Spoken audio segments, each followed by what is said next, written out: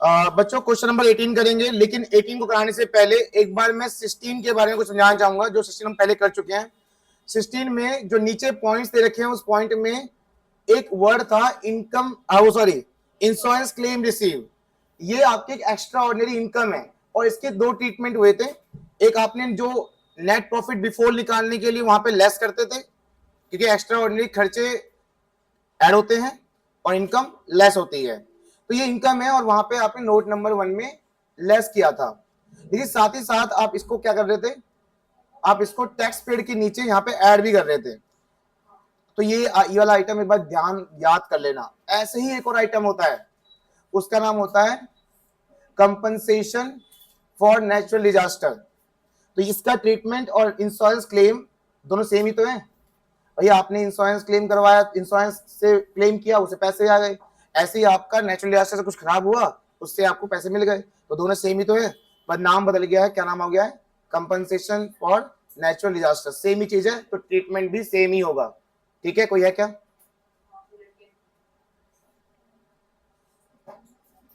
चलिए,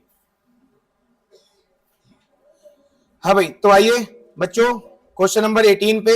सबसे पहले आपके पास नेट प्रॉफिट है। क्या ये नेट प्रॉफिट, देखो ये नेट प्रॉफिट आफ्टर वाला ही होता है, हमें बिफोर वाला चाहिए। तो क्या इस क्वेश्चन में ऐसे आइटम है जो हमें बिफोर निकालने में मदद करेगा?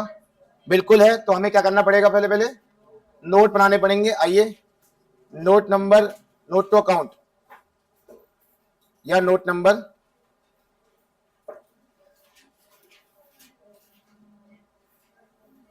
हर फॉर्मेट के बाद थोड़ी जगह होनी चाहिए आपके पास।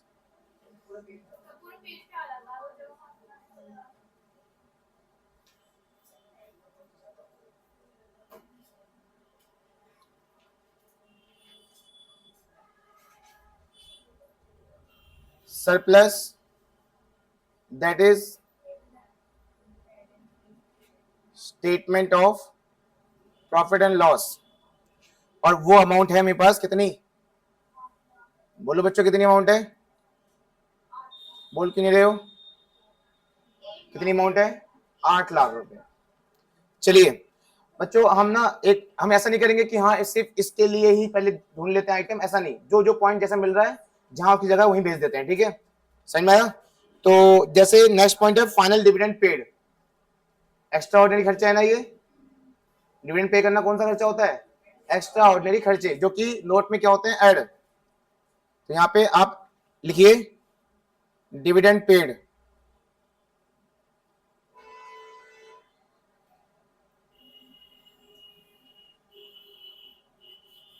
कितना है? 1,10,000। चलिए, इसके बाद है बच्चे कंपनसेशन फॉर नेचुरल डिजास्टर। ये भी आपकी क्या है? ये इनकम है आपकी। आपने ये डिविडेंड पे करा तो खर्चा हुआ। खर्चा क्या कर रहे हो यहाँ पे ऐड। इनकम क्या करोगे? लेस। क्या करोगे? लेस। और ये इनकम है ना, कौन सी इनकम है? एक्स्ट्रा ऑर्डिनरी इनकम है, क्योंकि आपको पहले से पता नहीं था कि आपको पैसा मिल जाएगा। तो लिखिए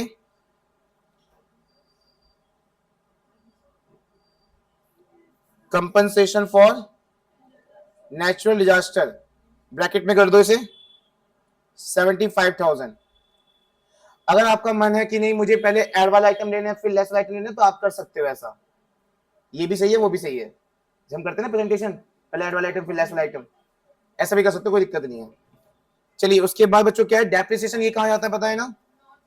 बिल्कुल सही। डेप्रिसिएशन कहाँ जाता है? नॉन कैश एक्सपेंसेस में। यहां लिख दो डेप्रिसिएशन। कितना अमाउंट डेप्रिसिएशन का? 1,50,000। चलिए, उसके बाद loss on sale of investment. ये लॉस इन्वेस्टमेंट में हुआ है, तो इन्वेस्टमेंट का लॉस है, ऑपरेटिंग का नहीं है। कहां का लॉस है? इन्वेस्टमेंट का, ऑपरेटिंग का नहीं है, तो नॉन ऑपरेटिंग लॉसेस यही आते हैं ना। चलो लिखो यहां पे लॉस ऑन सेल। कितना लॉस हुआ? 30,000 रुपए का। अच्छा, मैंने अभी कहा था कि जैसे इंश्योरेंस क्लेम हो गया, नेचुरल डिजास्टर का कंपनसेशन हो गया, ये दो जगह जाते हैं। तो एक जगह तो आपने क्या कर दिया, उसको क्या कर दिया है? लेस कर दिया है। और एक जगह क्या होता है? ऐड। वो ऐड कहां बताया था? यहीं पे टैक्स के नीचे। तो आप यहाँ पे ऐड कर दें उसको, हैंड टू हैंड, बाद के लिए मत छोड़ो उसको। कंपनसेशन फॉर नेचुरल डिजास्टर, कितना था अमाउंट वो? 75,000 प्लस का, ठीक है। वहां पे लेस, यहां पे ऐड, एक जगह लेस होगा एक जगह ऐड होगा। चलिए अच्छा, इसके बाद क्या है? इसके बाद आ जाओ, अभी खत्म नहीं हुए, बहुत सारे पॉइंट है अभी। गेन ऑन, बच्चों ये फायदा हुआ इन्वेस्टिंग में, क्योंकि जमीन जो है वो हमारी इन्वेस्टिंग एक्टिविटी है, और उससे फायदा होना इन्वेस्टिंग की इनकम होती है, ना कि ऑपरेटिंग की। तो लिखा है देखो, नॉन ऑपरेटिंग इनकम, ठीक है। यहां पे इसको क्या कर दें? लेस कर दें, लिख दो gain on sale of land. चलिए नेक्स्ट, यहां पर अमाउंट कितनी है? 90,000। बच्चों प्रोविजन फॉर टैक्स, बच्चों मैंने बताया था प्रोविजन फॉर टैक्स की अगर एक ही अमाउंट हो तो वही नोट में क्या हो जाएगा? ऐड, और वही यहां पर, कहां पर? फॉर्मेट के लास्ट में क्या हो जाएगा? लेस। पर यहां पे एक अमाउंट नहीं, यहां पे दो दो अमाउंट है। यहां प्रोविजन फॉर टैक्स अलग है और टैक्स पेड अलग है, दिख रहा है? दिख रहा है? समझ में आ गया?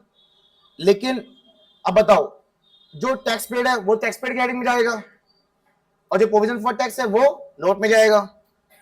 जाएगा नहीं जाएगा? तो जाइए भेजिए प्रोविजन फॉर टैक्स, यहां पे क्या हो जाएगा? ऐड, टैक्स पेड की हेडिंग में प्रोविजन फॉर टैक्स यहां आएगा। मैंने कहा था ना, जब एक अमाउंट हो तो ही करना है, ऊपर नीचे वही सेम, पर दो दो अमाउंट है यहाँ पे, टैक्स पेड का अलग है और प्रोविजन फॉर टैक्स का अलग है। प्रोविजन फॉर टैक्स यहां आता है, टैक्स पेड वहां आएगा। प्रोविजन फॉर टैक्स कितना अमाउंट है बच्चे? 1,10,000 ऐड होगा, ठीक है। चलो इसके बाद क्या है? Dividend receive. बच्चों डिविडेंड रिसीव, चलो मैं आपको एक तरीका बताता हूं इसमें। डिविडेंड रिसीव भी एक तरीका एक्स्ट्रा ऑर्डिनरी इनकम है, क्या है? और हम इनकम क्या करते हैं यहां पे, बताओ? लेस कर रहे हैं। आपका आंसर आएगा, लेकिन अगर आपने गलती से यहां की जगह, लेस की जगह आपने उसे इनकम में लेस कर दिया, तो आपका एग्जामिनर उसे माइनस मतलब काटेगा नहीं, वो तब भी सही है।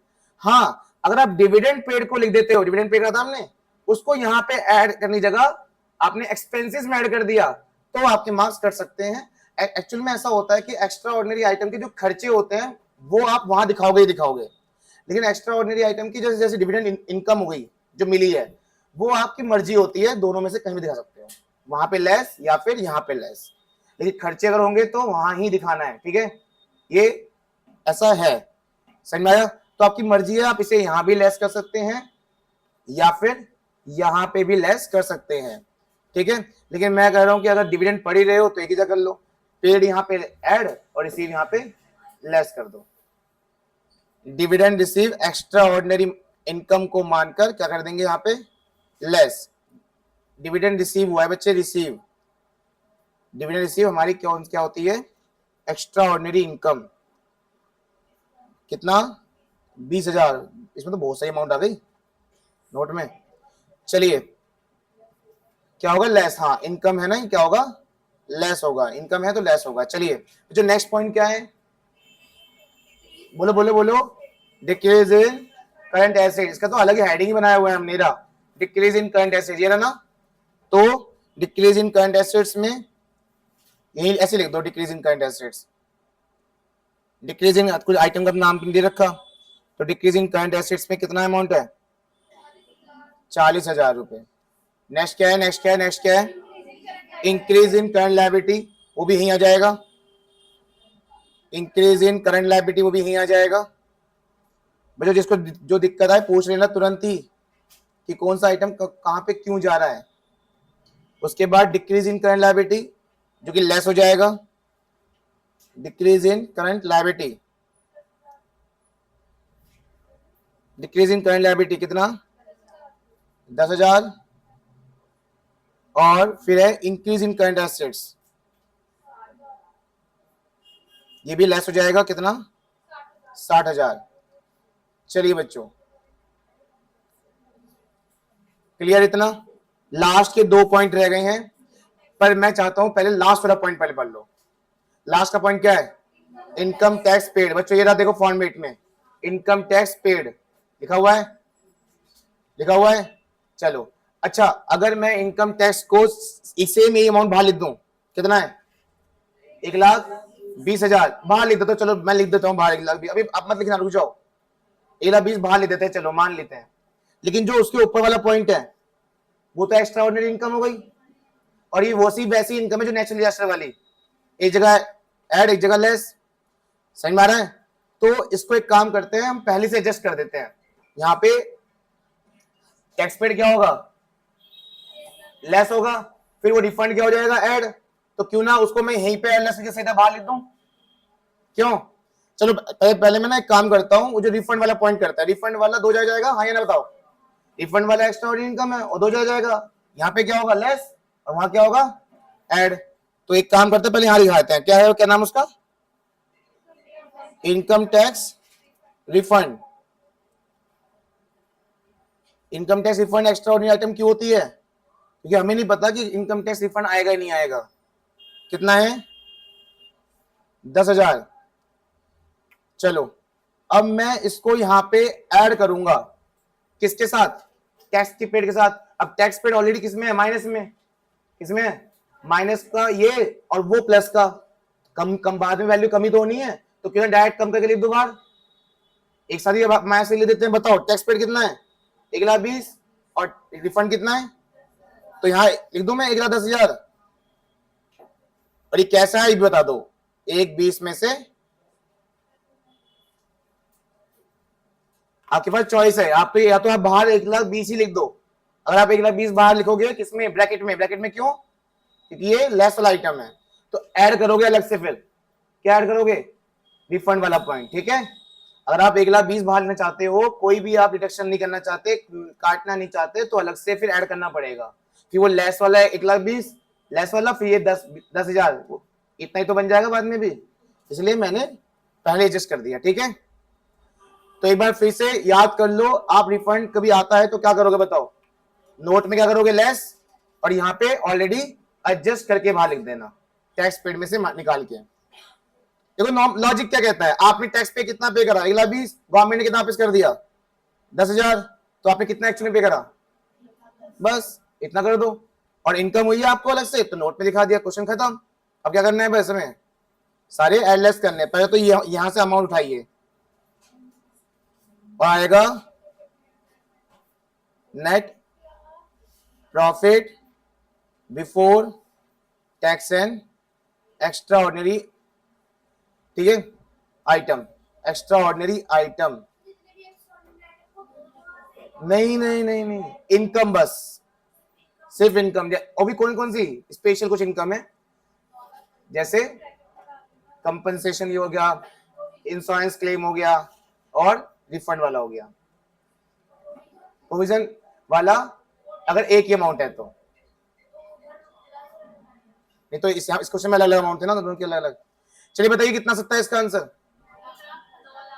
9,15,000। चलिए इसे कहां लिखेंगे बच्चे हम, इसे उठा के कहां पटक दें, इसे उठा के सीधा लास्ट में पटक देते हैं, शुरुआत में, सॉरी, 9,15,000। चलिए यहां कितना है बच्चे, ये 1,80,000।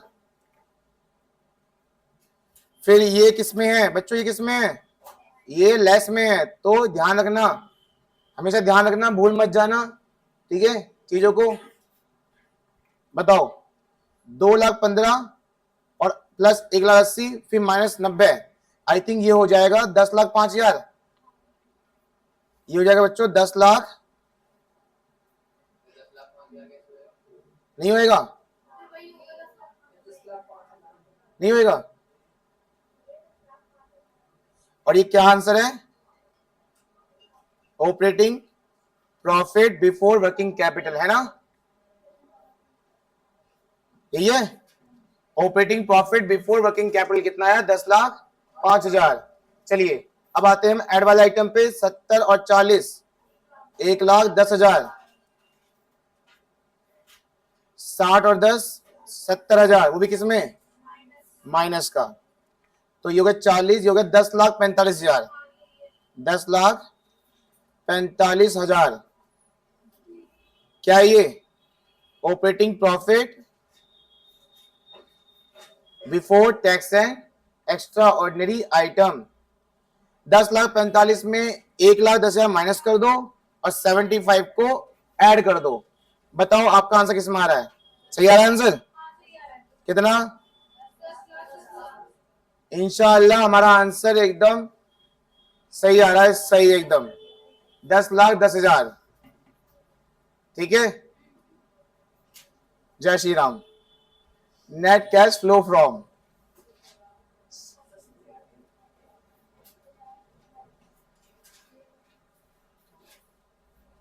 जय जीसस।